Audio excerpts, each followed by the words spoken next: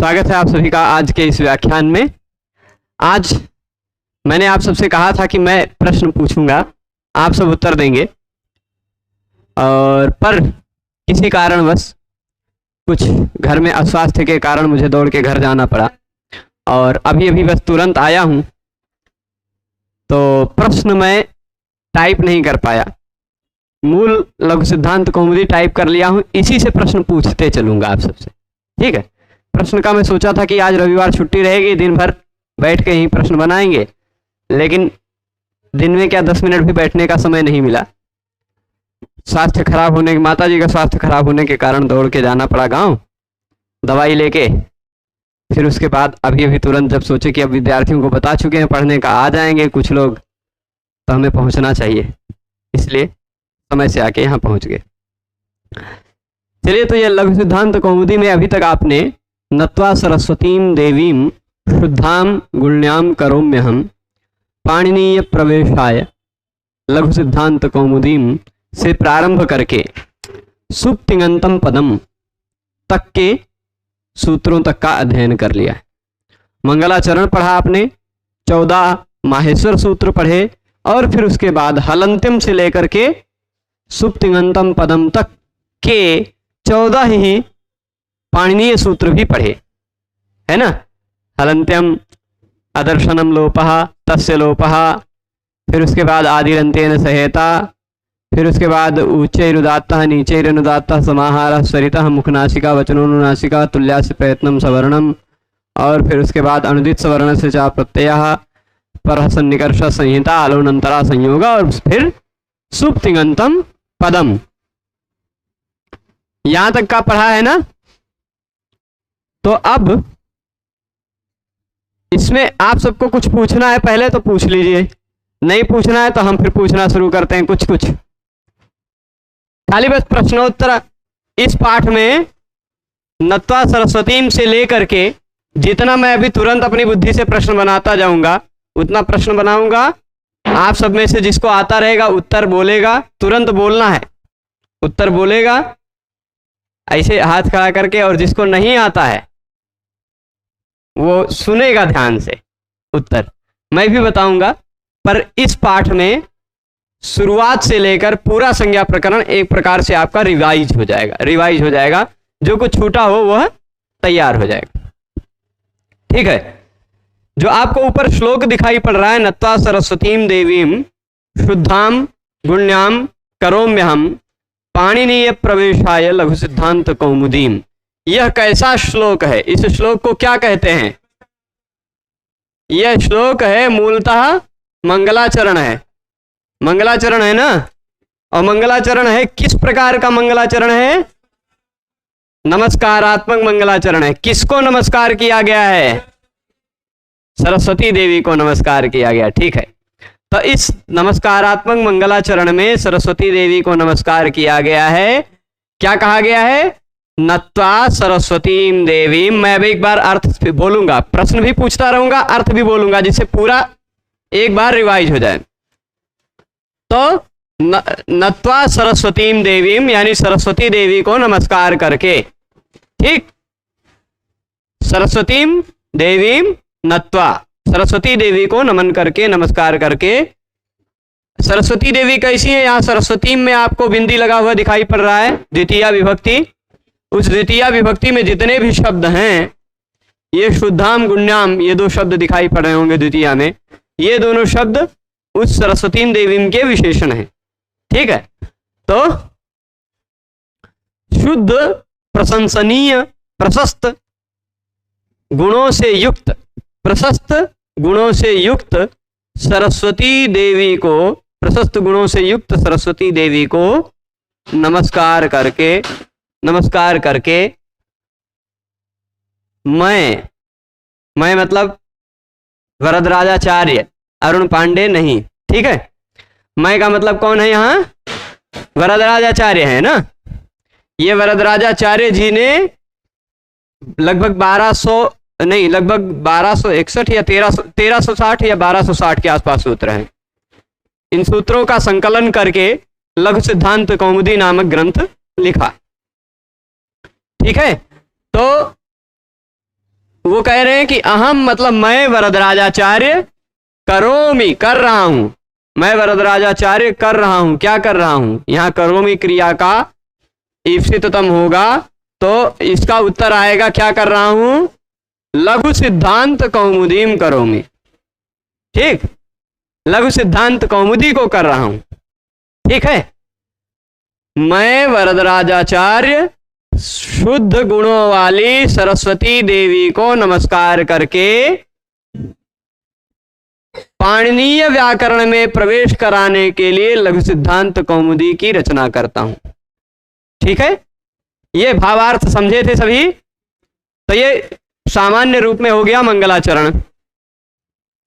मंगलाचरण के बाद आपने ये देखा होगा कुछ ध्यान से, उसमें से कुछ प्रश्न आपको बना देते हैं, कुछ प्रश्न बताएंगे 14 सूत्रों में जो ए प्रभु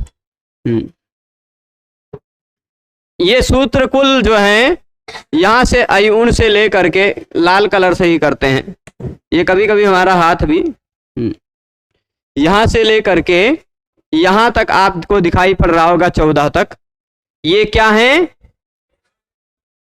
माहेश्वर सूत्र हैं, है ना? इन सबको क्या कहा जाता है? माहेश्वर सूत्र।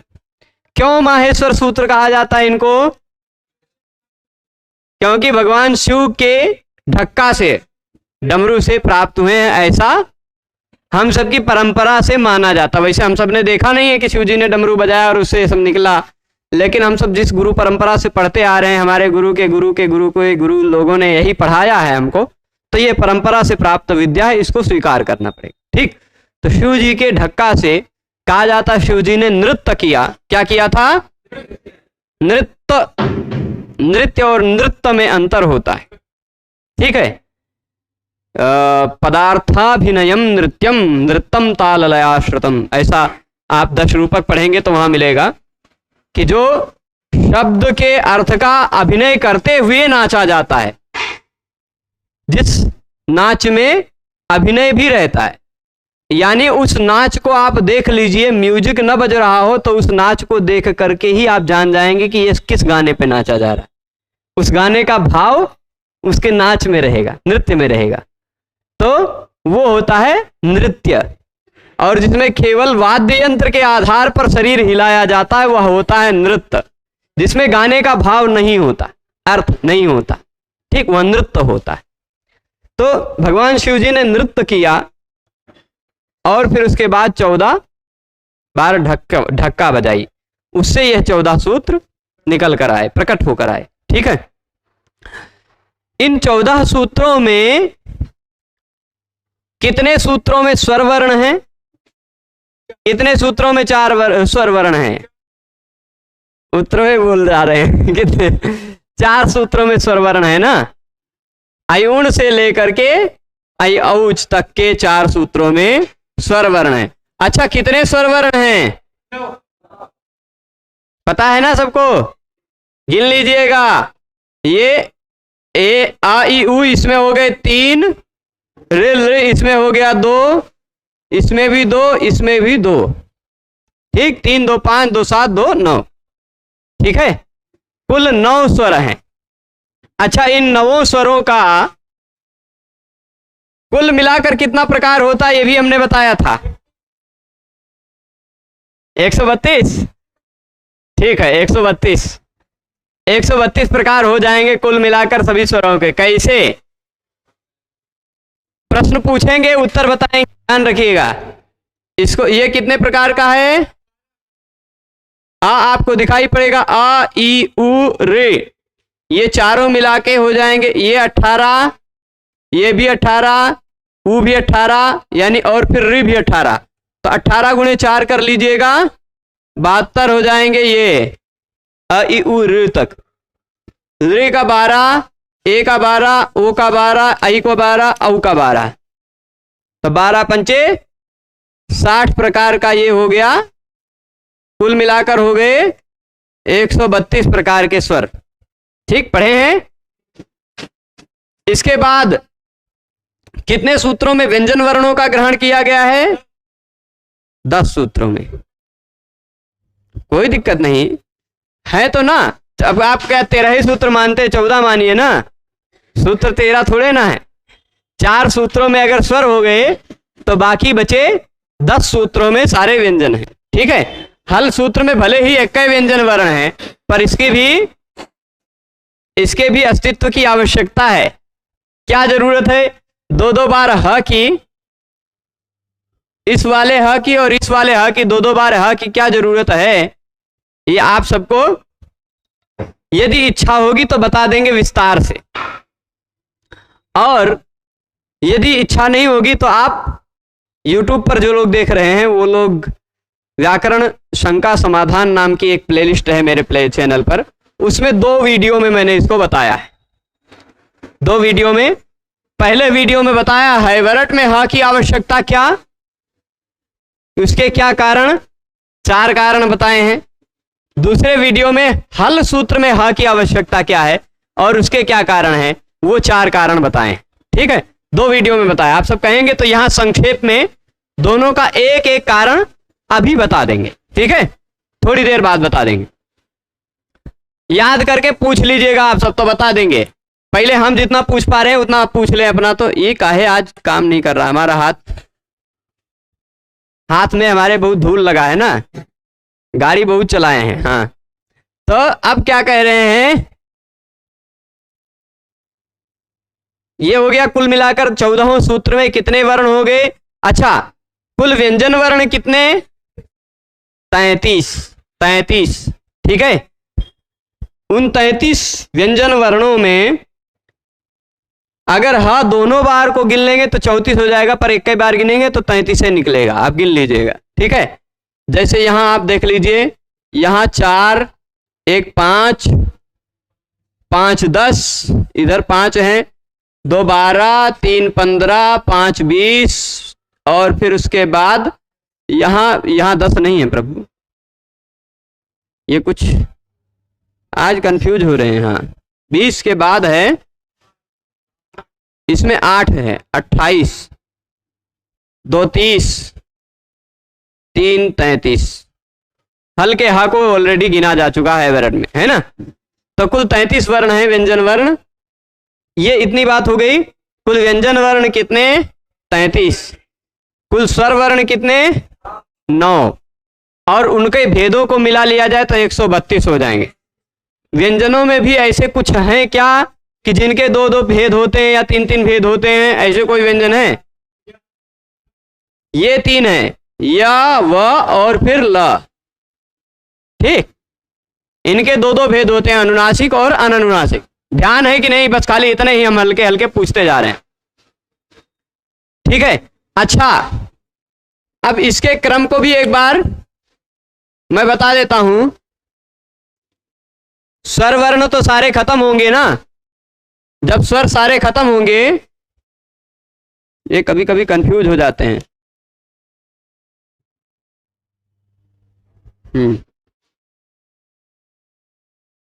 यहां देखिएगा, सारे स्वर खत्म होंगे कहां? आई औच पे। ठीक, उसके बाद हयवरट से देखेंगे तो ये जो 4 और एक ये 5, ये 5 व्यंजन वर्ण हैं, ये अतिरिक्त हैं। और इधर अंत में आप देखेंगे ये 4, 5 और 4 कुल कितने हुए? लेकिन इन 9 में इस हा को यहां भी गिना है, यहां भी गिना है, एक ही बार गिनेंगे तो कुल कितने हो जाएंगे?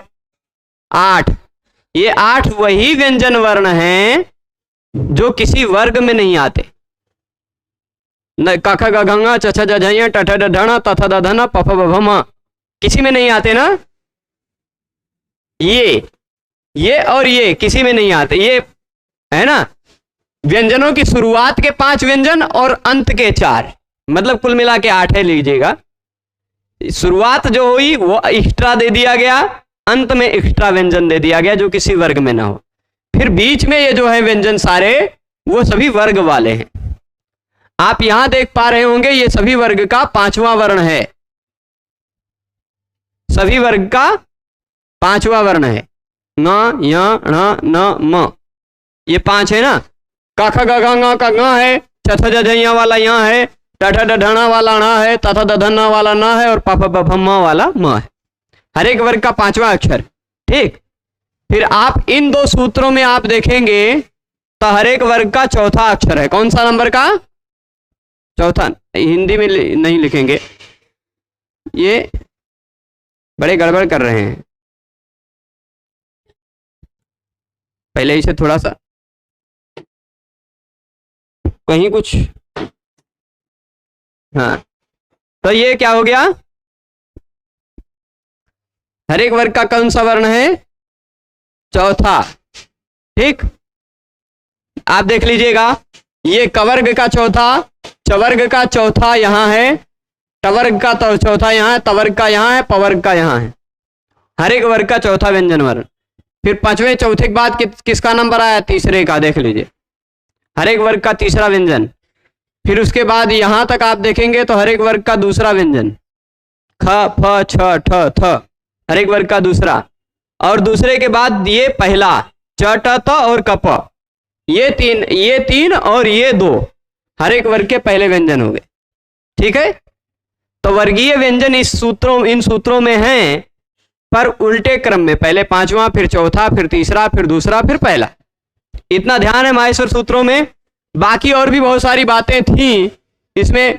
ह 2 बार क्यों कहा गया वो अभी बताएंगे, पर उससे ण 2 बार है, उसमें प्रत्याहार बनाने में जो बातें आई थी वो भी बताया जाएगा अभी पहले। पर अत्र अनुदित सवर्ण से चा प्रत्यय सूत्र में उसकी चर्चा करेंगे। ठीक है, अब इसके बाद ये सभी कौन से थे? माहेश्वर सूत्र है ना, ये सभी माहेश्वर सूत्र हैं। इति माहेश्वराणि सूत्राणि। ठीक, ये सभी क्या हैं?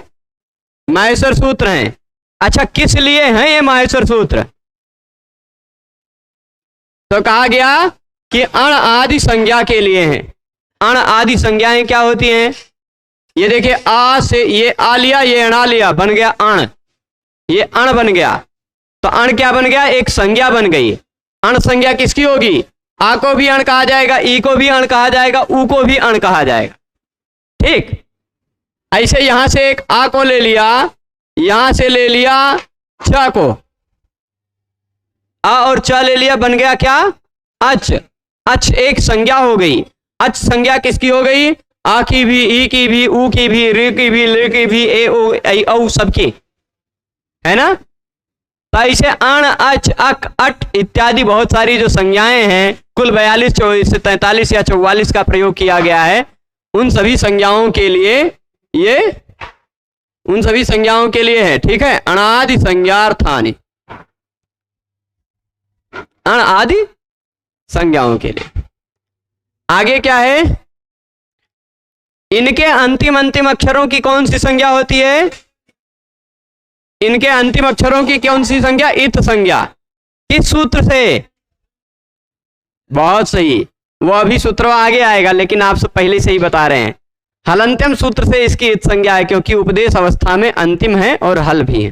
ठीक है, वही यहां कहा गई ऐसा मंत्या इता, इनके अंतिम अक्षर इत संज्ञक।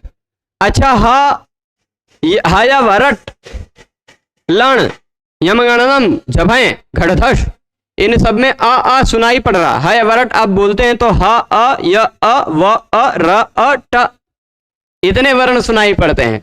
लण बोलते हैं तो ल, अ, ण। यमगणनम बोलते हैं तो य, अ, म, अ, न, अ, ण, अ, न, अ, म, इतने वर्ण सुनाई पड़ते हैं, है ना। तो ये जो अ बार बार आ रहा है, वो आ तो अयुण में भी आ चुका है, तो फिर बार बार काहे कह रहे हैं? क्यों कह रहे हैं वो सभी? तो कह रहे हैं उच्चारण के लिए। यदि वो नहीं कहेंगे तो बोल ही नहीं पाएंगे आप। ह, अ, य, अ, व, अ, र, अ, ट इतना न कहें तो आप ह या वरट बोल ही नहीं सकते। क्या बोलेंगे आप? व्रट बोलेंगे क्या? व्रट कैसे बोल पाएंगे? मतलब कल्पना कर लीजिए, वैसे बोल नहीं पाएंगे, है ना। ह आधा हो, ऐसे ह आधा हो, उसी में या आधा जुड़ा हो, उसी में वा भी जुड़ा हो, और उसी में र भी जुड़ा हो, और टा भी जुड़ा हो। र भी आधा, टा भी आधा। क्या लिखे आए? पढ़े पाएंगे कैसे? तो इन सब में जो आ जुड़ा हुआ है वह किस लिए है? उच्चारण के लिए। पर लण में जो है आ वह उच्चारण के लिए है, उसके साथ साथ इत संज्ञक भी। उसकी इत संज्ञा का क्या फायदा है? र प्रत्याहार बनाना। ठीक है, र प्रत्याहार बनाना। वह कैसे बनेगा? उरण रपरा सूत्र पढ़ाएंगे संधि में, तब आपको समझाएंगे। ठीक है, इतना सभी समझे हैं। अब इसके बाद हम आ जाते हैं हलंत्यम सूत्र पर। बहुत जरूरी सूत्र है। हलंत्यम यहां दिख रहा होगा आप सबको। तनी हलंत्यम जी ऊपर चली तो, हाँ यहां आ गए होंगे हलंत्यम जी। ठीक है, हलंत्यम दिखाई पड़े आपको? अरे क्या लिखा है? हलंत्यम। अब हलंत्यम सूत्र में ये अष्टाध्यायी में निकाल कर हमने दिखाया था। अष्टाध्यायी में भी आप निकाल कर देख सकते हैं इसको कि हलंत्यम का क्या तात्पर्य है। तो क्या तात्पर्य बताया गया था? उपदेश अवस्था में अंतिम हल हो उसकी इत संज्ञा होती है। ठीक, उपदेश अवस्था में अंतिम हल की इत संज्ञा होती है। क्या होता है उपदेश अवस्था?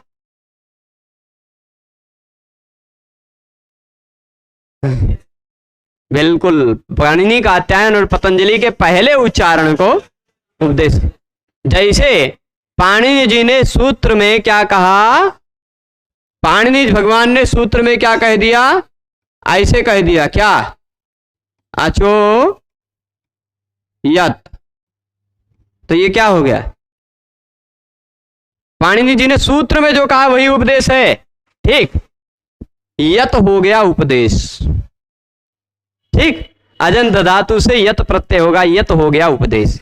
ठीक है, अब इस यत में उपदेश में अंतिम वर्ण जुत्ता था उसकी संज्ञा होगी, तसे लोपा से लोप हो जाएगा। जब बचेगा य, तो अब ये उपदेश नहीं बचा, क्योंकि सूत्र में पाणिनि जी ने य नहीं कहा, यत कहा है।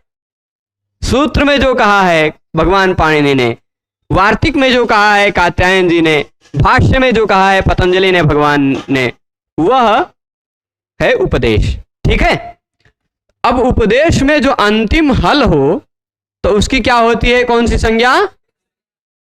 हाँ, इत संज्ञा होती है। ठीक है, हलंत्यम सूत्र में कितने शब्द हैं? कौन कौन से? तो ये सूत्रवा के अर्थ में आपको ये क्यों दिखाई पड़ गया? सूत्र में तो दिखाई नहीं पड़ रहा। ये सूत्र में तो आपको ये अंत्यम देख लीजिए, अंत्यम से अंत्यम को काट दिया, हल से हल को काट दिया। ये उपदेश और इत कहां से आया?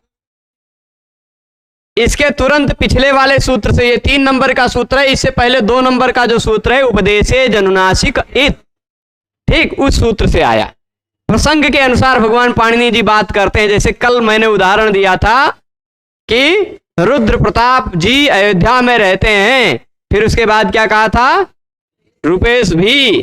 तो रूपेश भी कह देने से रूपेश भी अयोध्या में रहते हैं ऐसे पता चल जाता है। तो वैसे भगवान पाणिनि जी ने कहा कि उपदेश में अंतिम उपदेश अवस्था में अनुनासिक अच की इत संज्ञा होती है, पर तुरंत बाद में कहा अंतिम हल की भी। तो क्या होगी? उपदेश अवस्था में इत संज्ञा होगी। ठीक है, तो उपदेश और इत की अनुवृत्ति आ जाएगी पिछले सूत्र से। ठीक है, ये बात समझे हैं? अरे प्रभु मिटाने वाला आओ। हाँ, उंगली अलग अलग रखते हैं तो ये समझता है कि लिख रहे हैं, उंगली सटा के रखना है, ये बात है। ठीक है, तो अब ये हो गया, यहां तक पहुंच गए। उपदेश क्या है ये भी यहां लिखा है। उपदेश आद्योच्चारणम, मतलब पहला उच्चारण, जो सूत्र में कह दिया या जो वार्तिक में कह दिया या जो भाष्य में कह दिया। ठीक है, अब इस बात को यहां स्पष्ट कह रहे हैं क्या?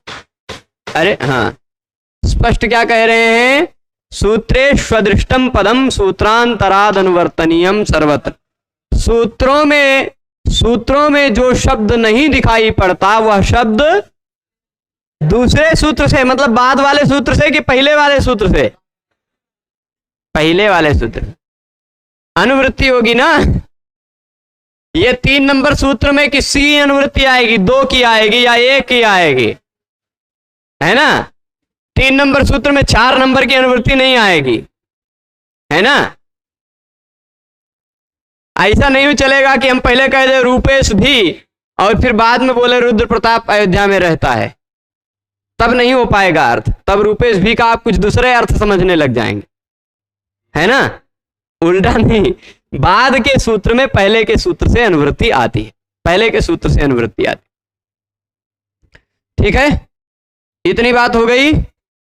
अब इसके बाद लोप किसे कहते हैं? लोप किसे कहते हैं? अच्छा चलिए, ये बात हो गई। हलंत्यम से क्या होती है? इत संज्ञा होती, किसकी? अंतिम हल की इत संज्ञा होती है, ठीक है ना। अच्छा, इत संज्ञा होती है तो जिसकी भी इत संज्ञा होती है उसका क्या होता है? कौन सा सूत्र है लोप करने के लिए? तस्य लोपः। तस्य लोपः क्या कहता है? तस्य इतः लोपः, जो इत है उसका लोप, जो इत है उसका लोप। इतने लोगों की आवाजें सुनकर थोड़ी प्रसन्नता हो रही है कि हाँ सब समझ रहे हैं थोड़ा बहुत। तो तस्य इतः लोपः, उस इत का लोप होता है। अब लोप क्या है? प्रश्न उठेगा कि जो इत है उसका लोप तो होता है पर हमें पता ही नहीं लोप क्या है, तो हम क्या कर लेंगे? इसीलिए भगवान पाणिनि जी ने एक सूत्र में और स्पष्ट बताया है कि लोप मतलब न दिखाई देना, न दिखाई देना, अदर्शनम, अदर्शनम लोपः। जिसकी जिसकी इत संज्ञा होगी उसका उसका लोप होगा, पर लोप होगा मतलब क्या होगा? न दिखाई देना हो जाएगा। जैसे अचोयत अभी हमने उदाहरण दिया था, इसमें ता की क्या होगी? क्यों? क्योंकि अंतिम हल है, अंतिम हल है। जब इसकी इत संज्ञा होगी तो इसका लोप होगा, मतलब अब ये दिखाई नहीं पड़ेगा, बचेगा खाली यह, ठीक है, ये नहीं दिखाई पड़ेगा। तो जैसे चेय, ची धातु से यत प्रत्यय लगा था तो चेय, जेय, गेय, पेय इत्यादि उदाहरण बनते, उसमें त नहीं दिखाई पड़ता, नहीं दिखाई पड़ता ना। तो यही होता है लोप। लोप क्या है? न दिखाई पड़ना, अदर्शनम लोपः। ठीक है, यहां तक सभी समझे हैं? आगे चलें। तस्य लोपा भी अब आप समझ ही गए हैं, सभी लोग समझदार लोग हैं, बहुत समझदार लोग हैं। तनी आगे आओ प्रभु, ये क्या हो रहा है? हाँ थोड़ा सा बड़े हो जाओ। हाँ, यहां तस्य लोपा आपको दिखाई पड़ रहा होगा, तनी साफ हो जाओ। अभी ये साफ हो गया। हाँ, तस्य लोपा मतलब उसका लोप होता है। किसका लोप होता है? जिसकी इत संज्ञा हुई है उसका, ठीक है ना। अब यहां पर प्रश्न उठता है कि अयुण में न की, ऋलृग में क की, एओंग में ng की इत संज्ञा हुई थी कि नहीं? तो उसका लोप होगा कि नहीं? काहे नहीं होगा लोप? क्योंकि वो किसी काम के लिए है ना। वह किसी, तो न आदि जो है ना, अयुण का न, ऋलृग का क, एओंग का ng, अयोच का च, ये न आदि जो है वो णादय अण आदि अर्था, अण आदि प्रत्याहार बनाने के लिए, अण आदि जो है वो अण आदि प्रत्याहार बनाने के लिए हैं। यदि वो न आदि न रहे तो अण आदि प्रत्याहार वे नहीं बनेगा। ठीक, समझ गए? अब इसके बाद अगला सूत्र कौन सा है? आदिरंतेन सहेता। आदिरंतेन सहेता, इस सूत्र में कितने शब्द हैं? कितने शब्द हैं? आदि 4 शब्द हैं, बिल्कुल सही बोल रहे हैं सभी लोग। आदि अंत्येन सह इता, आदि अंत्येन सह इता, ठीक है। आदि का मतलब होता है पहला वर्ण, कोई आदि वर्ण। अंत्येन का मतलब होता है अंतिम के साथ। यहां अंत्येन सह है, वो सह के योग में तृतीया विभक्ति लगी है, सहयुक्त या प्रधान से, ठीक है। तो अंत्येन सह, अंत्येन सह अंतिम वर्ण के साथ, अंतिम वर्ण के साथ आदि वर्ण, पर अंतिम वर्ण कौन सा होना चाहिए? अंत्येन इता। अंत्येन में भी तृतीया लगी है, इता में भी तृतीया लगी है। अंतिम इत संज्ञक वर्ण के साथ आदि वर्ण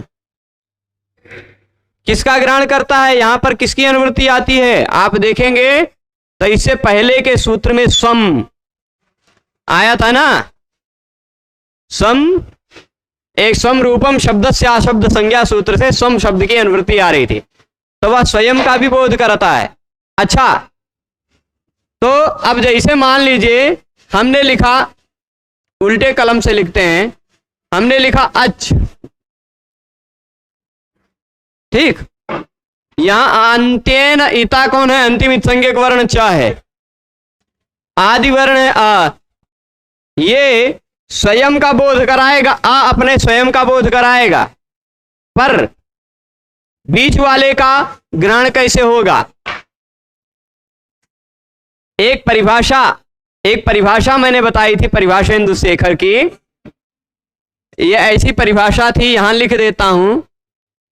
यह थोड़ा थोड़ा कुछ लोगों को याद आ रहा है, वो थोड़ी प्रसन्नता है कि हाँ, तन मध्य पतितस तद ग्रहणेन गृह्यते, तन्मध्य पतितस तद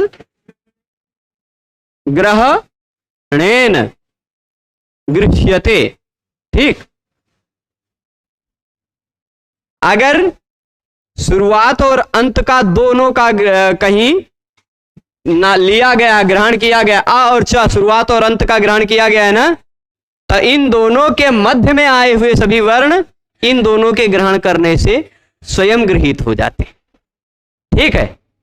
अच्छा, तो अब प्रश्न उठता है कि अयुण में ण का ग्रहण क्यों नहीं हुआ? ऋलिक में क का ग्रहण क्यों नहीं हुआ?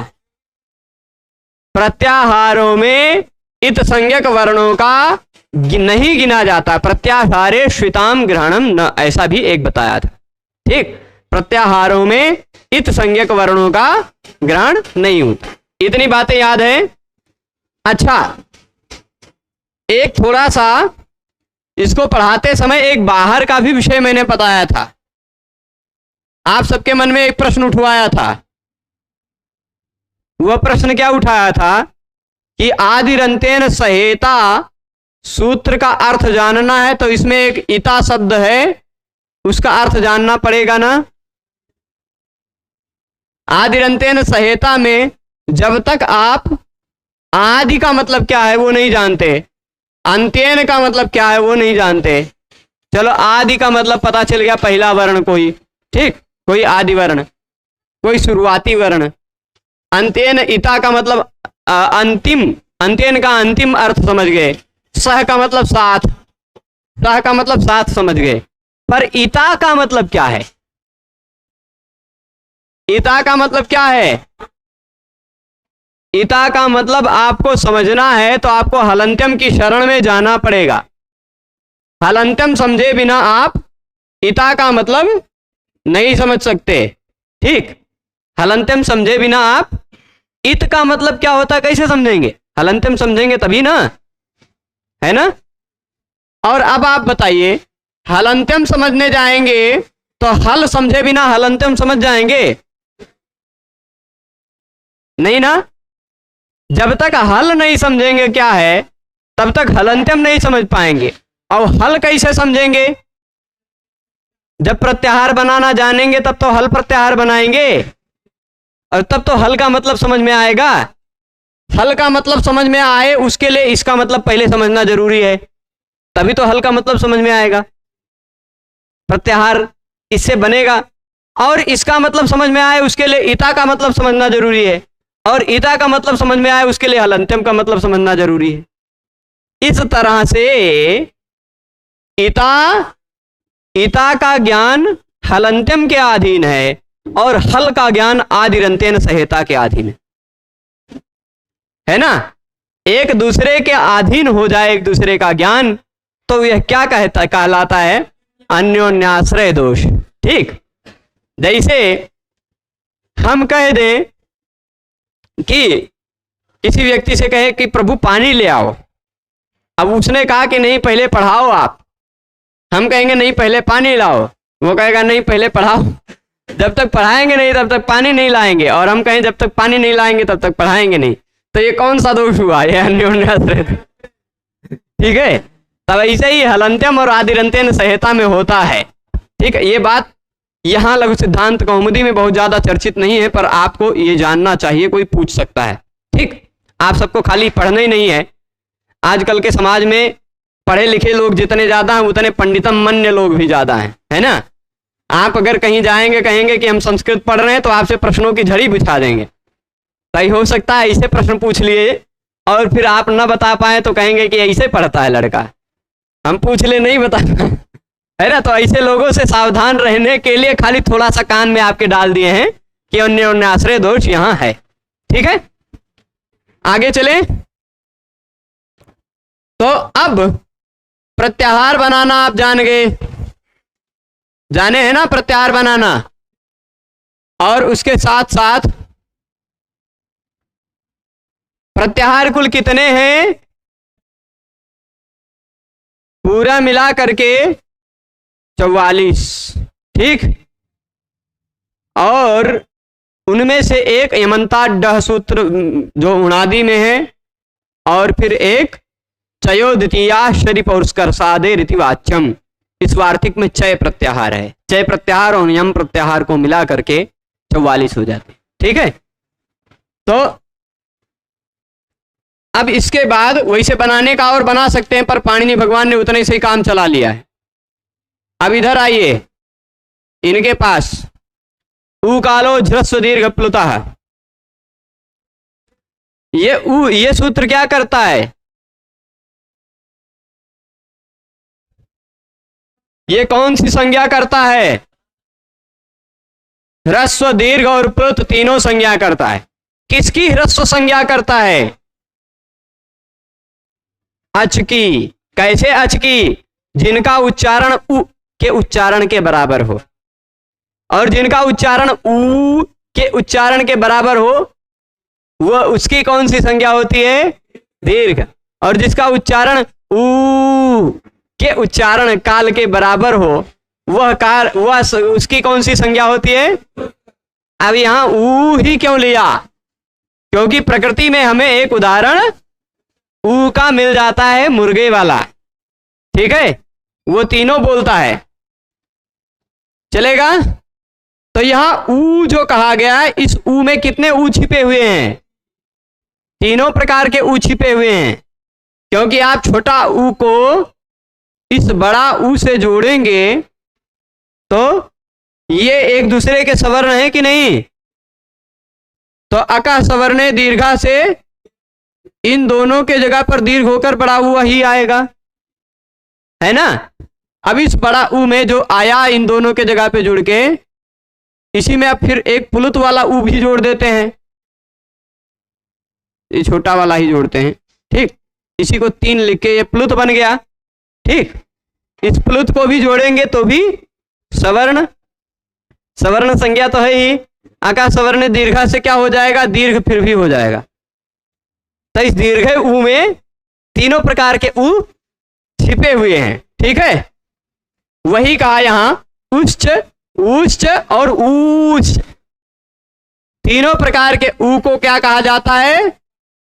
तीनों प्रकार के ऊ को वह कहा जाता है।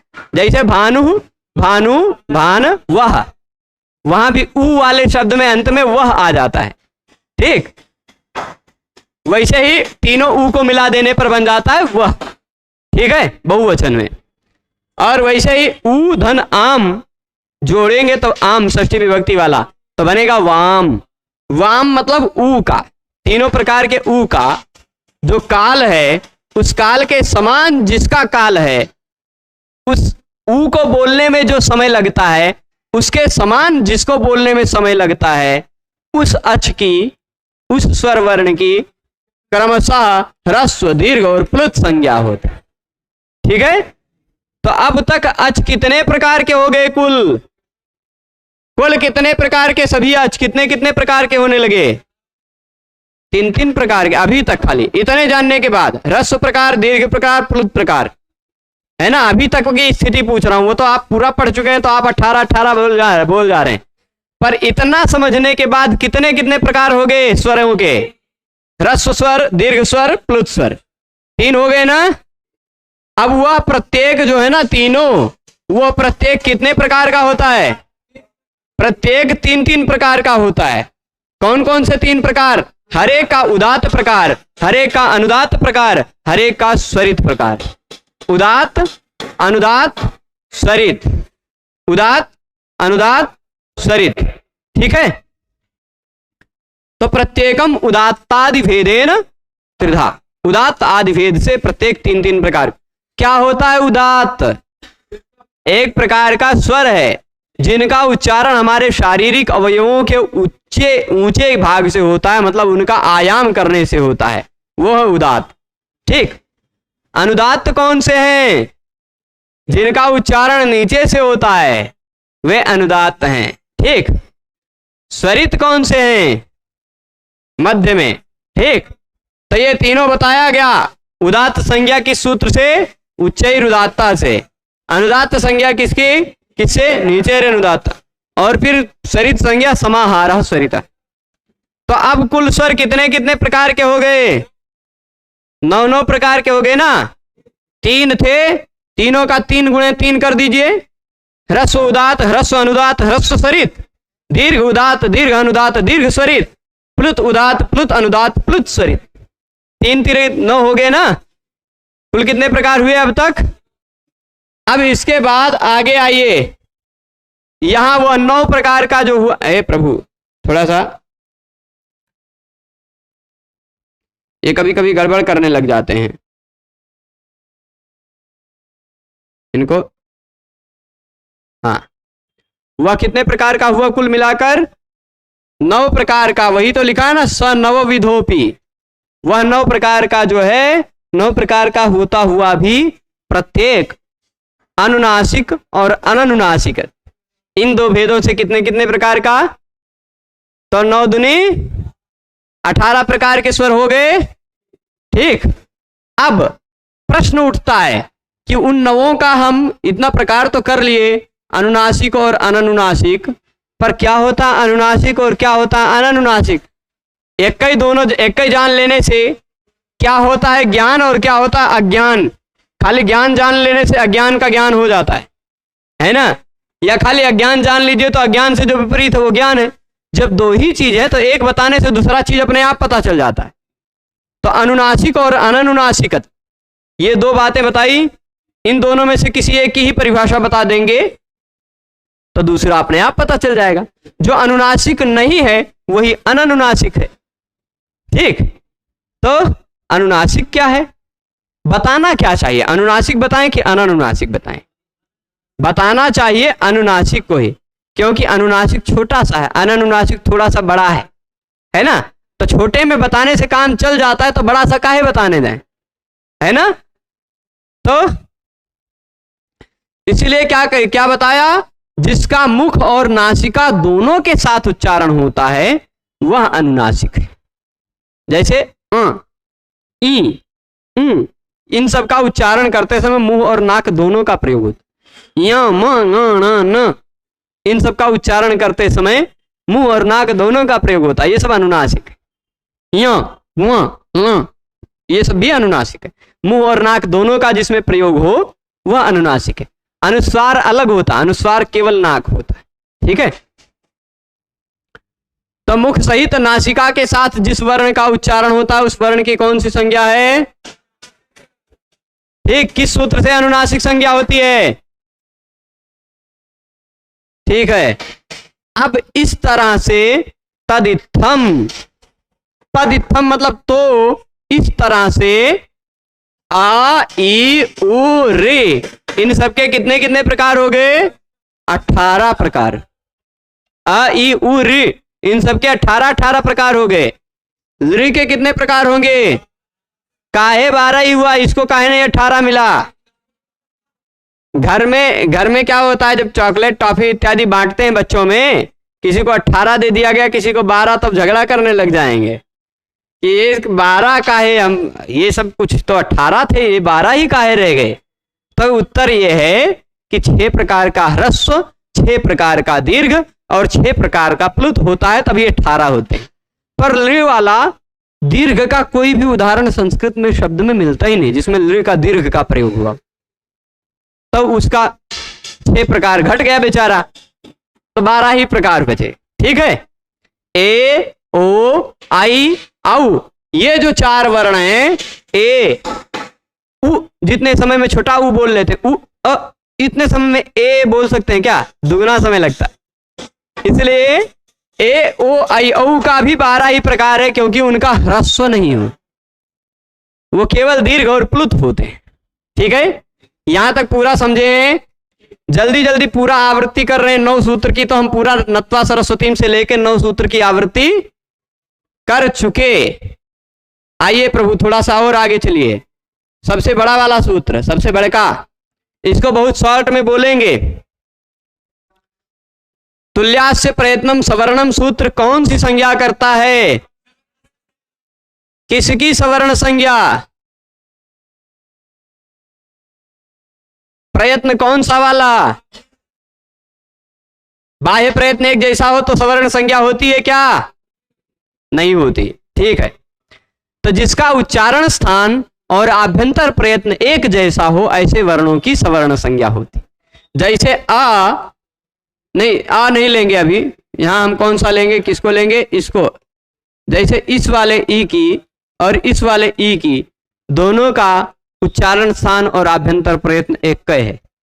ई का भी उच्चारण स्थान तालु और ई का भी उच्चारण स्थान तालु। ई का भी आभ्यंतर प्रयत्न विपरीत और ई का भी आभ्यंतर प्रयत्न विपरीत, दोनों एक जैसा हो तो फिर इसको क्या कहा जाता है? सवर्ण। ये दोनों एक दूसरे के सवर्ण हैं, तो ऐसे 18 प्रकार एक दूसरे के सवर्ण हो जाएंगे। ठीक है, होंगे ना? अब ताल्वादि स्थानमाभ्यंतर प्रयत्नश्च इत्येतद्वयम् यस्य येन तुल्यम तन्मिथा सवर्ण संज्ञम से।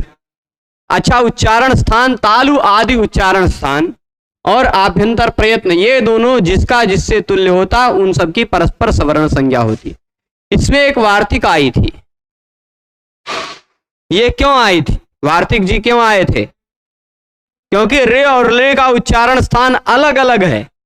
रे का उच्चारण स्थान मूर्धा, रे का उच्चारण स्थान दंत, दोनों का उच्चारण स्थान अलग अलग, फिर भी दोनों को करवाना है सवर्ण। जरूरत पड़ेगी, बहुत सारा काम सिद्ध होगा दोनों के सवर्ण होने के कारण। वो जो काम सिद्ध होगा वो सब काम बताया जाएगा, पर इन दोनों के सवर्ण की आवश्यकता थी और जो कि पाणिनि जी के नियम के आधार पर छूट गया था, इसलिए भगवान कात्यायन जी ने जोड़ दिया। ठीक है, जोड़ दिया फुटनोट के रूप में, रिल वर्ण और मिथा सावर्ण्यम वाच्यम। अब उच्चारण स्थान ये बताया था ना, जल्दी जल्दी बोलते जा रहे हैं। अ कवर्ग ह और विसर्ग का उच्चारण स्थान क्या है? बहुत अच्छा। ई चवर्ग या और श का उच्चारण स्थान कितना है? फिर रि टवर्ग र और श का उच्चारण स्थान क्या है? ऋ तवर्ग ल और स का उच्चारण स्थान क्या है? दंत। ये याद रहेगा, आप सबको याद करना पड़ेगा। देख के पढ़ रहे हैं, जब नहीं देख रहे होते आप ईमानदारी से इसे बोलिएगा, बिना देख के बोल रहे होते तो क्या हम इसे बोल पाते? अगर नहीं बोल पाते तो अभी पढ़ने की जरूरत है आपको। ठीक है, अगर बिना देखे इसको बोल रहे हैं तो फिर आप ठीक है पढ़े हैं, समझे हैं, पर बिना देख के अगर बोल रहे हैं तो फिर अभी थोड़ा आपको मेहनत करने की जरूरत है। हम रिवीजन इसलिए करवा रहे हैं, नहीं तो पढ़ा चुके हैं बहुत विस्तार से। रिवीजन इसलिए करवा रहे हैं क्योंकि आप सब छूटे ना कुछ। ठीक है, शर्म करने वाले लोग हैं, कुछ लोग पूछ ही नहीं पाते प्रश्न में, तो हम नहीं शर्माते, हम पूछ लेते हैं, खुद ही पूछ लेते हैं। उ पवर्ग और उपधमानीय का उच्चारण स्थान क्या है? ओष्ठ की ओष्ठऊ, दोनों एक ही होंठ से नहीं बोल सकते। प फ ब भ म बोलना तो दोनों होंठ लगेंगे, ओष्ठऊ इसलिए कहा। एक होंठ से आप पा बोल के देखिए, पा नहीं बोल पाएंगे। ठीक है, तो प फ ब भ म दोनों ओष्ठ लगते हैं, इसलिए ओष्ठऊ। ठीक है, और यमगणना नाम यम गण न, इन सबका उच्चारण स्थान नासिका भी है, नासिका भी है। ठीक है, फिर उसके बाद ए आई का कंठतालु, ओ औ का कंठोष्ठ, ये सब बताया जा चुका है। व का दंतोष्ठ, जिह्वामूलीय का जिह्वामूल। जिह्वामूलीय और उपध्मानीय समझे हैं सभी। किन वर्णों के पहले विसर्ग आता है तो वह जिह्वामूलीय बन जाता है, का और ख के। किन वर्णों के पहले अगर विसर्ग आए तो वह उपध्मानीय बन जाता है, पा और फ के। ठीक है, उपध्मानीय और जिह्वामूलीय दोनों समझे है ना। अब यत्न कितने प्रकार के, कौन कौन से? आभ्यंतर यत्न कितने प्रकार के? यहां आद्या किसके बारे में कहा गया है? आभ्यंतर प्रयत्न के बारे में कहा गया है। आद्य मतलब पहला, पहला मतलब कौन सा? आभ्यंतर। वह कितने प्रकार का है? कौन कौन से 5 प्रकार हैं? यहां देख लीजिए जल्दी से, जूम है प्रभु। हाँ, ये तो पूरा चौपट हो गया, पूरा चला गया। इनको बड़ा करते हैं, बहुत छोटे अक्षरों में आते हैं ये। ठीक है, स्पृष्ट ईषद, स्पृष्ट ईषद, विवृत विवृत संवेद। ठीक है, यहां दिख रहा है क्या? स्पृष्ट ईषद, विवृत विवृत और संवृत। स्पृष्ट किसका है? जिसका स्पर्श हो। वो स्पर्श कौन कौन से वर्ण हैं? का से लेके मां तक कहीं कहीं लिखा होगा।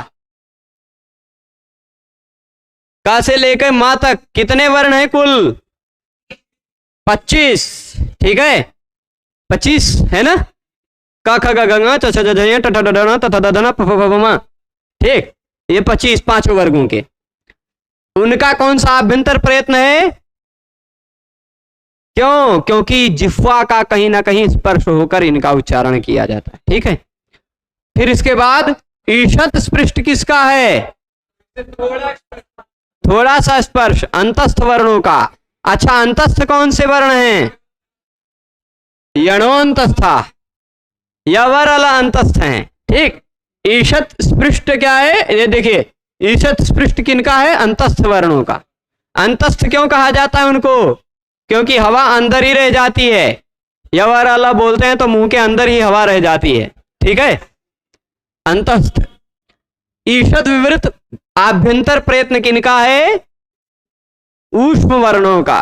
क्यों ऊष्म वर्णों का ईषद विवृत है? ऊष्म वर्ण किनको कहते हैं? ऊष्म वर्ण को इसको कहते हैं शल ऊष्माण। सह को ऊष्म कहते हैं। ठीक है, अब इसके बाद विवृत किसका है? स्वर वर्णों का आभ्यंतर प्रयत्न विवृत है। स्वर किसे कहते हैं? तो यहां बताया अचः स्वरा। ठीक, स्वर कौन से हैं? अच, अच मतलब आ यू ए ओ आई औ, ये सभी स्वर हैं। ठीक है, अब फिर इसके बाद संवृत किसका है? ह्रस्व आ का संवृत है। प्रयोग में केवल व्याकरण शास्त्र में ह्रस्व आ को विवृत माना गया है, पर बोलते समय उसको संवृत माना गया है। क्यों? इसका कारण हमने अष्टाध्यायी के अंतिम सूत्र से समझाया था। अ सूत्र ने, अंतिम सूत्र ने क्या कर दिया? विवृत अ को संवृत बना दिया।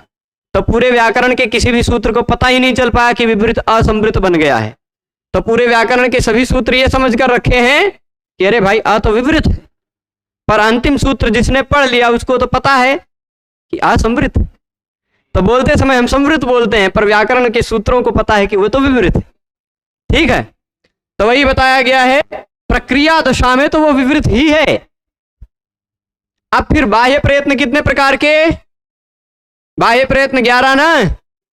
कौन कौन से 11? यहां लिखा हुआ है।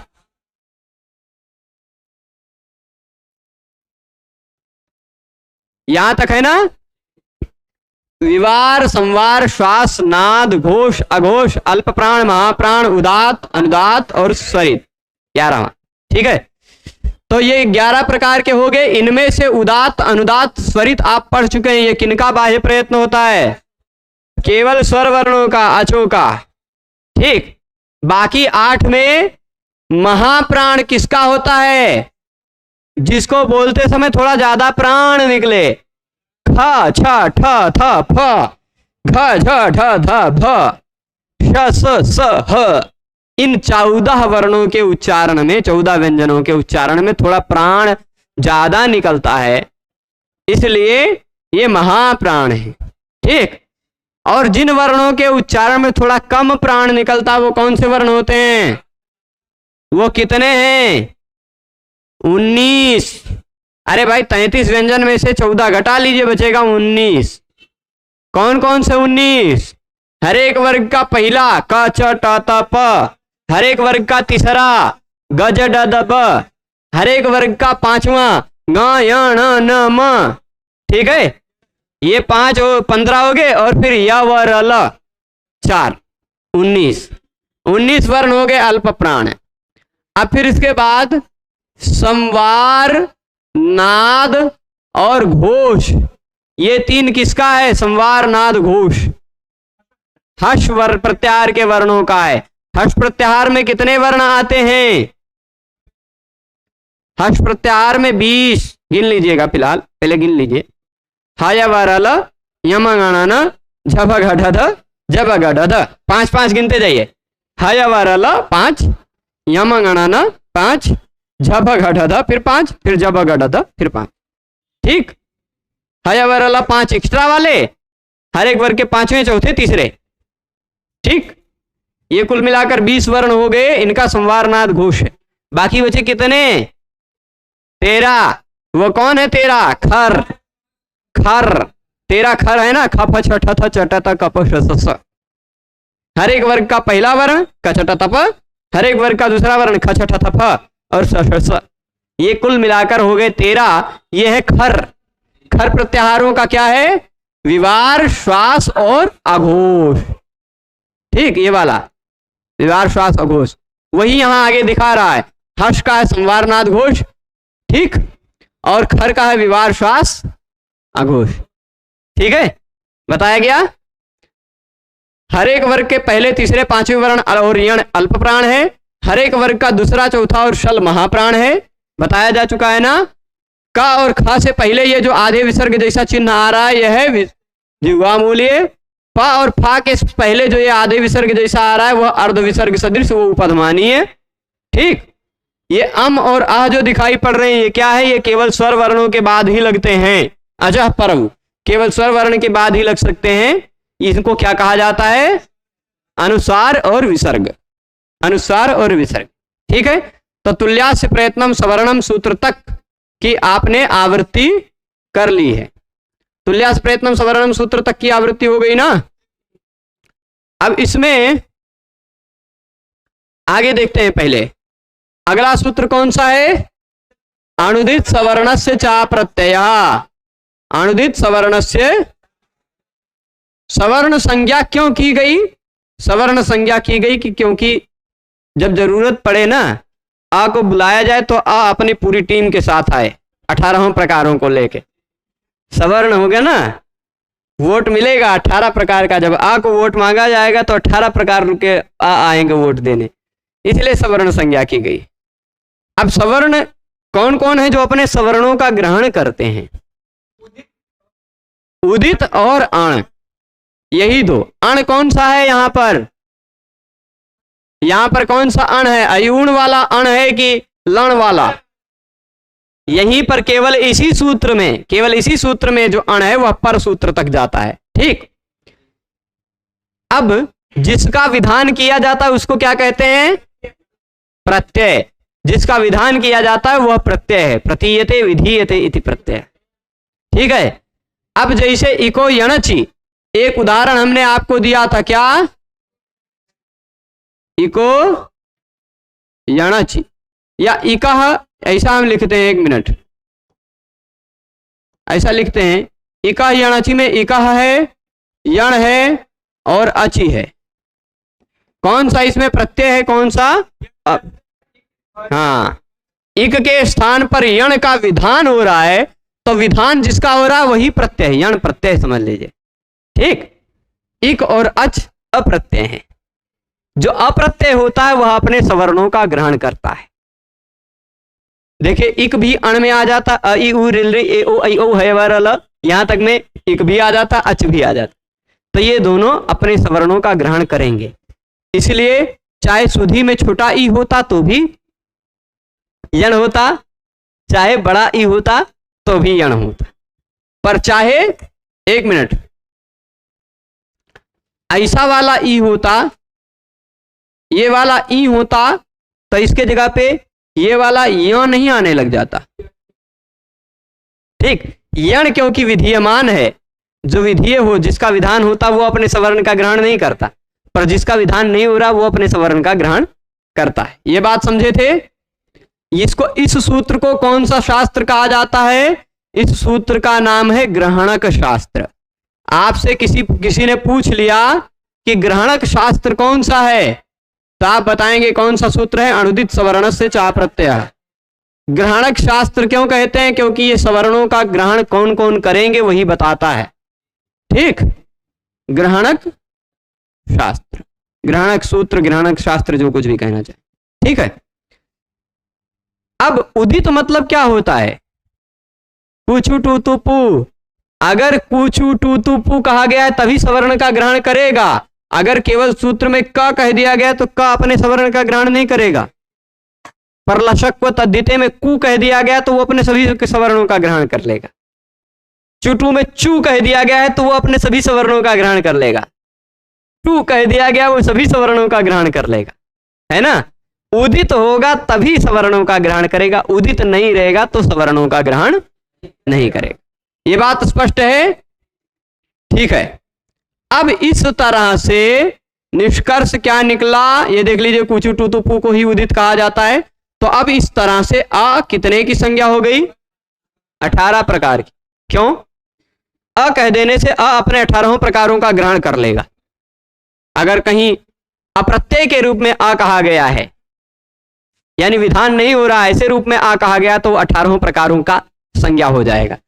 ई कहा गया, ऊ कहा गया, वो भी कितने प्रकार का होगा? उसी तरह वो भी 18 प्रकार का। ठीक, इसके बाद क्या बताएंगे आगे देखिएगा, यही अंतिम पेज है,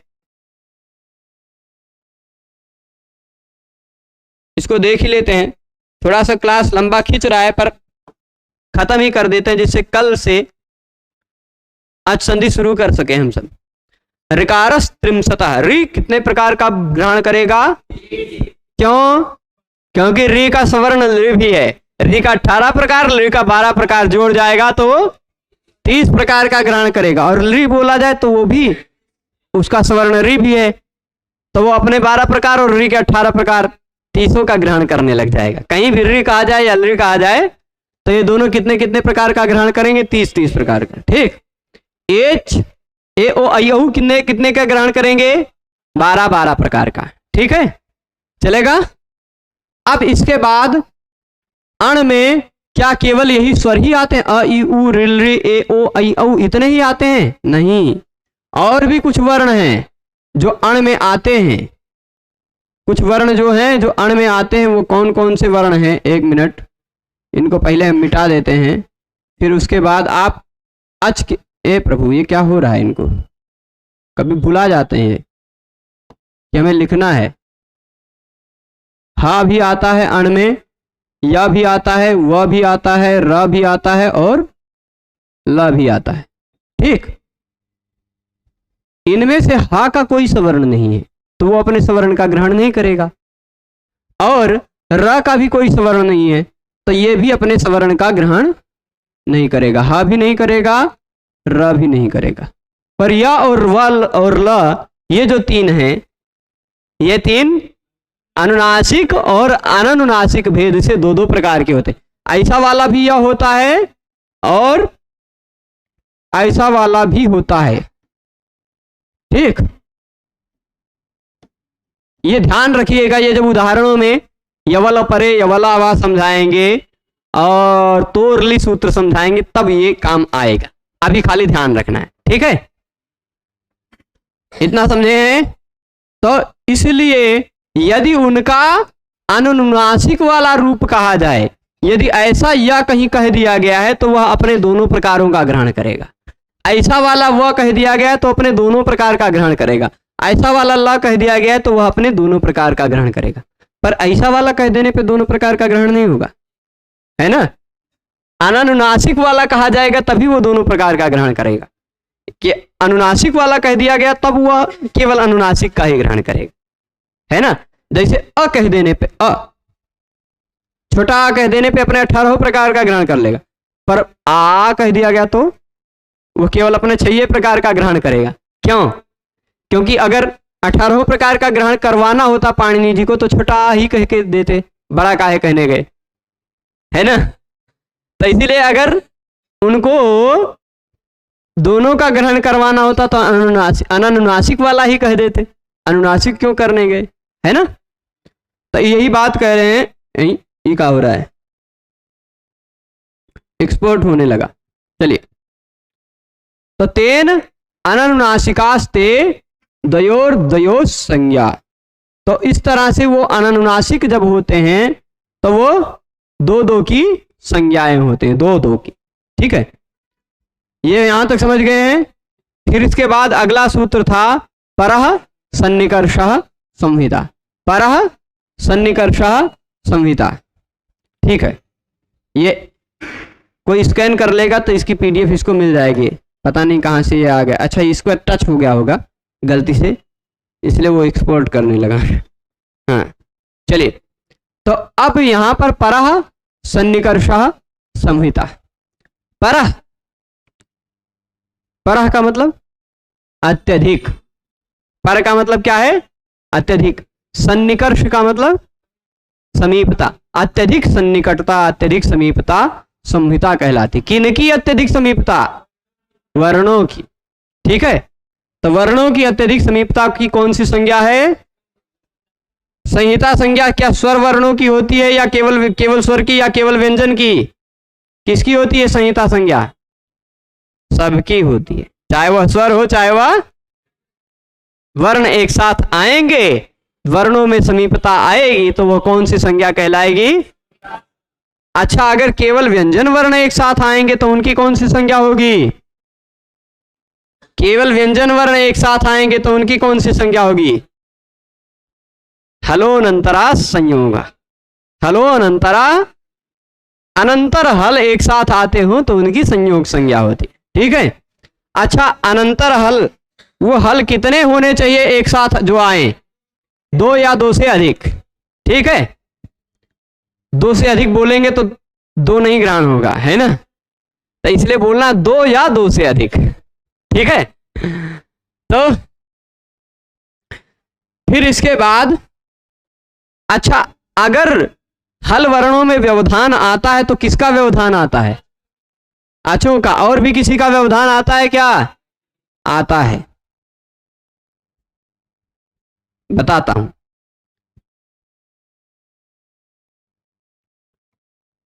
मान लीजिए यह शब्द है एक राजन।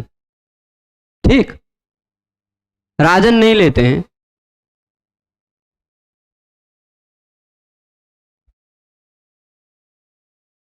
यहां देखिएगा, एक उदाहरण लिख रहे हैं हम।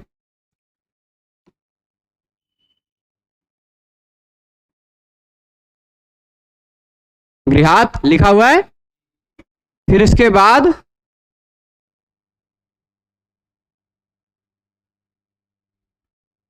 याति लिख देते हैं। तो अब आप बताइए, इस त और इस या के बीच में कोई स्वर वर्ण है? तो आप कह सकते हैं क्या ये ता और या में संयोग हुआ, ऐसा कह सकते हैं क्या? कह सकते हैं क्या संयोग? श्लोक में लिखा है तो संयुक्त तो माना जाता है श्लोकों में, पर सामान्यतः वाक्य प्रयोग में इसको हम संयोग नहीं मानेंगे। यहां इन दोनों के बीच में स्वर वर्ण का व्यवधान नहीं आया है, अपितु विराम आया है, समय का व्यवधान आया है। ठीक, तो कभी कभी वर्णों के अभाव का भी बीच में व्यवधान आ जाता है, कभी कभी स्वर वर्ण का व्यवधान आ जाता है। ठीक है, ये दोनों बातें बताई थी हमने, पर थोड़ा सा हट गया होगा, हो सकता है ध्यान से। अब इसके बाद संज्ञा प्रकरण में आपने अंतिम संज्ञा कौन सी पढ़ी थी? पद संज्ञा। किसकी होती है पद संज्ञा? सुप और तिंग की नहीं, सुबंत और तिंगंत की। सुप तिंग अंतम, सुप जिसके अंत में हो या तिंग जिसके अंत में हो उसकी होती है पद संज्ञा, सुबंत की और तिंगंत की। ठीक है। सुप में कितने प्रत्यय आते हैं? कौन कौन से? 21। अपो सु उजस अम औटस टाभ्याम भिस गेभ्याम भेस घसीभ्याम भेस घसोसाम यो सुख लिखाया था ना। तिंग में कितने प्रत्यय आते हैं? ये 18 और 21 कुल कितने हो गए? ये 39 प्रत्यय जिसके अंत में हो उसको क्या कहा जाता है? पद। अब आप बताइए क्या इसको खाद को पद कहा जाएगा क्या? पर अब आप बताइए, खाद को पद नहीं कहा जाएगा, क्यों? क्योंकि ना तो वह सुबंत है ना तो तिंगंत है। पर खादती पद बन गया ना, क्योंकि तिप अंत में है, तिप प्रत्यय। तो इसलिए पद संज्ञा कब होगी? जब सुप या तिंग इसके अंत में हो तब। ठीक। सुप तिंगंतम पदम, इतना बात स्पष्ट है। तो संज्ञा प्रकरण की पूरी आवृत्ति हो गई आप सबकी। आज के इस पाठ को यहीं रोकते हैं, थोड़ा अंधेरा भी ज्यादा हो गए। क्या हा वाला? हाँ, हमने कहा था कि आप सब पूछ लेना हा वाला कि हा 2 बार क्यों है, तो अब बता देंगे। अच्छी बात है, अच्छी याददाश्त है बालक। चलो, नहीं तो अभी तो हो गए थे। पूछ लिया है तो बता देते हैं। यहां पर थोड़ा सा आज का क्लास अपलोड होने में देर होगा, इसको हम इधर खसका देते हैं। आप उधर जाओ, आपकी जरूरत नहीं है। यहां पर हम इधर खसका ही देते हैं बढ़िया से, और दूर जाओ। ठीक है, उनको बहिष्कृत कर दिया। अब यहां पर पेन ले लेते हैं। हैवरट में हा क्यों है? खाली एक श्लोक है, सामान्यतः वह श्लोक आप लिख सकते हैं। करिया लिखें कि लाल लिखें? लाल लिखते हैं, ज्यादा अच्छा दिखेगा इस तरफ से।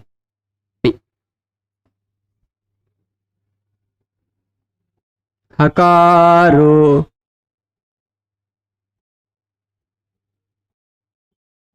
द्विरूपातो, एक मिनट,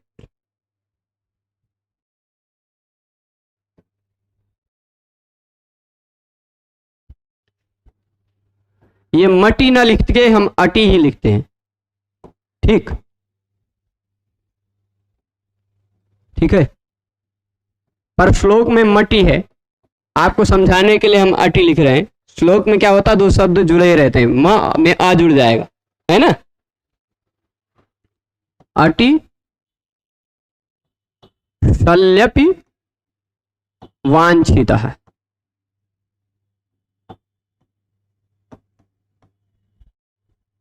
ठीक है, सामान्यतः। अब इसके बाद उदाहरण 2 बता रहे हैं। अर्हेणा, ये ध है, धू। ठीक, ये क्या हो रहा है, इनको नीचे छू जा रहा है तो फिर ये खिसकाने लग जाते हैं। अर्हेणाधुक्षदित्येतत्, त नहीं लिखते हैं, यहां द लिखते हैं। द्वयम सिद्धम भविष्यति, द्वयम सिद्धम भविष्यति। ठीक है, ये लिख लीजिएगा, आप इसको याद कर लीजिएगा। खाली इतना बोल देंगे तो जान जाएगा कि समझ गया है बालक। हकारो द्विरूपात्तोयम, हकारो मतलब ह, द्विरूपात्त। ठीक, पहले एक बार लिख लीजिए, तब तक हम थोड़ा थोड़ा बोलते रहते हैं। जो YouTube वाले हैं वो हम थोड़ा सा यहाँ से आगे हट गए हैं, इसका स्क्रीनशॉट ले लेंगे, जिसको क्या कहा जाता है, स्क्रीनशॉट। ठीक, ले लेंगे तो या खोज लेंगे, लिखा हुआ मिल जाएगा कहीं ना कहीं श्लोक। नहीं, ये कभी कभी कुछ मक्षिका जी आती हैं, कुछ लिख के जाती हैं। हाँ, हकारो द्विरूपात्तोयम अटी शल्यपि वांछित। 2 बार क्यों हाँ कहा गया? क्योंकि अगर आप बताइए हयवरट में अगर ह न कहा जाता तो आप बताइए क्या अट प्रत्याहार में ह आता? अट प्रत्याहार में ह आ पाता? आप अ ई उ रे ले ए ओ आई औ या वर इतने बोल रहे होते, है ना? अट प्रत्याहार में हा नहीं आ पाता यदि हैवरट में हा ना होता। तो अट प्रत्याहार में हा जरूरी है, इसलिए हैवरट में भी हा जरूरी है। ठीक है। अच्छा, दूसरा क्या प्रत्याहार बताया? शल। आप बताइए, यदि हल सूत्र में ह न होता तो शल प्रत्याहार में हा आ पाता? नहीं आता ना। शल प्रत्याहार में हा है, उसके लिए है हल सूत्र में हा होना जरूरी है। ठीक है। तो अट में और शल में इन दोनों जगह जरूरी है हा, इसलिए दो दो बार कह दिया गया। ठीक है। दो दो बार क्यों कहा गया? क्योंकि अट और शल में दोनों में वांछित है। देखिए, द्विरूपातः दो बार उपादान किया गया है हा का। क्यों? क्योंकि अटी और शली अपी, अट में और शल में दोनों में वांछित है, यह दोनों में इसकी आवश्यकता है। अच्छा, दोनों में क्यों आवश्यकता है? तो दो उदाहरण भी दे रहे हैं। एक उदाहरण दे रहे हैं अरहेण, दूसरा उदाहरण दे रहे हैं अधुक्षत। अरहेण और फिर दूसरा कौन सा? अधुक्षत। ये दोनों इति एतत् द्वयम सिद्धम भविष्यति, ये दोनों सिद्ध होगा। चलिए हम अरहेण और अधुक्षत बता देते। वैसे अट ही केवल और शल ही केवल जरूरी नहीं है। देखिए, मैं यहां लिख देता हूं अट हश, अट हश अश और इण, इन चार प्रत्याहारों में अगर हैवरट में ह ना होता तो इन चारों प्रत्याहारों में ह नहीं आ पाता, है ना। तो इन चारों प्रत्याहारों में ह का ग्रहण हो जाए, इसलिए हैवरट में ह है। इन चारों का चार चार उदाहरण दिया, वो यूट्यूब पे आपको सरल व्याख्यान में मिल जाएगा, उपलब्ध है। और इधर हल में ह की जरूरत क्यों है? उसके लिए चार प्रत्याहार हैं। वल, एक मिनट, ये रर प्रत्याहार बनने जा रहा था। रल, वल, रल, झल और शल, ये चार प्रत्याहारों में ह तभी रहेगा जब हल प्रत्याहार हल सूत्र में कहा जाएगा। ठीक, इन चारों का अनेक उदाहरण सिद्ध होंगे। अगर ना होता तो लोपो व्योरवली सूत्र से वल प्रत्याहार के कारण लोप ना हो पाता, है ना।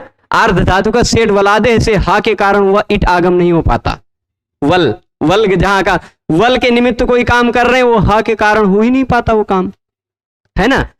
रल में जो काम कर रहे हैं, रलो विपधा धलादे संश्च, वो काम हा के कारण हो ही नहीं पाता, क्योंकि रा तो हा तो रल में है नहीं। ऐसे बहुत सारी समस्याएं आती, पर सामान्यतः ये दो ही हैं। 8 रीजन पर दो आपको समझा देता हूं, अट और शल वाला। यहां एक पे जोड़ते हैं। ठीक, और अब यहां देखते हैं शब्द कौन सा है? एक अर्ह। ठीक, अर्ह शब्द है। इस अर्ह शब्द से हमने टा प्रत्यय किया, प्रथमा तृतीया विभक्ति एक वचन का टा प्रत्यय। तु औजस अम औत्सस टाभ्याम भिस, टा नसिंग असाम इनाच्याह। इस सूत्र से हमने टा के जगह पे कर दिया इन। जैसे रामायण में इन हुआ है ना, टा के जगह पे इन आ गया, अर्ह इन। ठीक, यहां अर्ह में आ है, यहां ई है। इन दोनों को जोड़ देंगे तो बन जाएगा क्या? अरहेन। ऐसा बना अरहेन। अब अरहेन को थोड़ा सा ध्यान से देखिए, इसमें कितने अक्षर हैं? आ है, र है, ह है, ठीक है, ए है, और फिर न है, फिर उसके बाद अ है। इतने अक्षर है ना अरहेन, इतने वर्ण हैं। अब एक बात यह आती है, यहां ध्यान दीजिएगा, र के बाद अगर ना आता हो तो उस ना के जगह पे ण हो जाता है। र के तुरंत बाद यदि ना आता हो तो उसके स्थान पे ण हो जाता है। पर दूसरी शर्त, तुरंत बाद तो यहां आ नहीं रहा है, तुरंत बाद में नहीं आ रहा है ना। तो एक सूत्र और बनाया भगवान पाणिनि ने, अट कुपांग नुम व्यवायेपि। कह रहे हैं बीच में अट प्रत्याहार का वर्ण या कवर्ग का वर्ण या पवर्ग का वर्ण या आंग आ जाए या नुम आ जाए तो भी ना के जगह पे णा हो जाएगा। अब आप बताइए ये हा अगर अट में ना होता, अट से बाहर होता, तो इसमें रा और ना के बीच में हा का जो व्यवधान आ रहा है वह अट का व्यवधान ना होता, वो किसी दूसरे प्रकार का व्यवधान होता। तो अट के व्यवधान यानी हा के व्यवधान के कारण इस ना को णा नहीं हो पाता। इस हा के व्यवधान के बावजूद ना को अगर णा करना है तो हा को अट होना आवश्यक है, क्योंकि अट रहेगा तभी ना को णा हो पाएगा, और हा अट में तभी रहेगा जब हैवरट सूत्र में रहेगा। इसलिए हैवरट में हा की आवश्यकता है अरहेण की सिद्धि के लिए। ठीक है, अब इसके बाद ये तो हैवरट की हो गई, अरहेण की सिद्धि में आवश्यकता है ना को णा करने के लिए। ठीक है, दूसरा वाला जो उदाहरण है वो है अट उपसर्ग, अट अट आगम हुआ है, आ बचा है। ठीक, दादेर धातुर नहीं, पहले वो नहीं करेंगे, झसत थोड़ धोधा करेंगे, ये रहने दीजिए। ये ऐसे दुह धातु है, अट दुह और फिर चिली के स्थान पे 1 मिनट, दुह के स्थान पे बन जाता है धुक। ठीक, वो प्रक्रिया के कारण ही बनता है। और तिप प्रत्यय का बचा हुआ है त, अधुक त, बिचवा में आता है लुंग लकार में, ये लुंग लकार की प्रक्रिया है, शॉर्टकट में बता रहे हैं। ठीक, यहां पर बीच में एक प्रत्यय जुड़ा हुआ है, उसका नाम है प्रत्यय का चिली, चिली लुंगी। ठीक, चिली,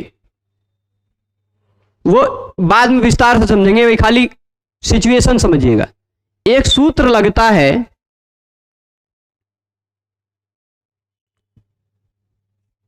पहले इसको धुक नहीं रखकर पहले हम दुहे रखते हैं। धातु कौन सा है समझ में तभी आपको आएगा, दुह, दु धातु है। ठीक, अब शर्त एक सूत्र लगता है, शल इगुपधा दनिटः क्षः, शल इगुपधा दनिटः, एक करिया काहे हो गए भाई, लाले रहो। हाँ, क्षः। ठीक, ये क्या कहता है, धातु का अंतिम अक्षर शल हो, यहां धातु का अंतिम अक्षर हा है, धातु का अंतिम अक्षर शल हो, धातु का उपधा में यानी सेकंड लास्ट वर्ण ई उ रिलरी में से कोई हो, यहां भी है उ, है ना, और धातु को इट आगम ना होता हो, तो ऐसे धातु के बाद आने वाले चिली के स्थान पर क्ष हो जाता है। क्या हो जाता है, क्ष। अब आप समझिएगा, अगर इस धातु का अंतिम वर्ण ह है, हल प्रत्याहार में ह ना होता तो शल, हल हल सूत्र में ह नहीं होता तो शल प्रत्याहार में ह आ पाता क्या, शल प्रत्याहार में ह नहीं आ पाता, तो यह धातु शलंत नहीं बन पाती, इस धातु का अंतिम अक्षर शल ना हो पाता, और इस धातु का अंतिम अक्षर शल ना हो पाता तो सल उपधा दंता क्षः से लगकर क्ष नहीं आ पाता, और क्ष नहीं आ पाता तो अधु क्ष, तो इसको जोड़कर अधुक्षत रूप नहीं बन पाता। अलिक्षत, अधुक्षत इत्यादि बहुत सारे शब्द हैं जो सही तो है पर सिद्ध ना हो पाते। ठीक है, तो ये 2 कारण हैं, और भी हैं कारण बहुत सारे, वो YouTube पर विस्तार से बताया गया है, वहां से देख लेंगे आप सब। ठीक है, तो संक्षेप में इतना बता दिया, संज्ञा प्रकरण समाप्त हो गई। कल संज्ञा प्रकरण के बाद हम अच संधि की शुरुआत करेंगे और इको यणचि से समझना शुरू करेंगे।